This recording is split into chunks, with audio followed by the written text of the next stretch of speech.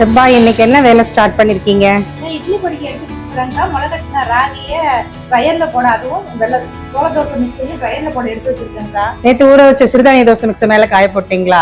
மேல போட்டுருக்கேங்கக்கா. கொஞ்ச நேரத்துல காஞ்சி எடுத்துக்கலாம்க்கா. கருப்பு கவுனி அரிசியை மேல காய போட்டீங்களா? காய போட்டேன், காலையிலேயே காய போட்டேன்.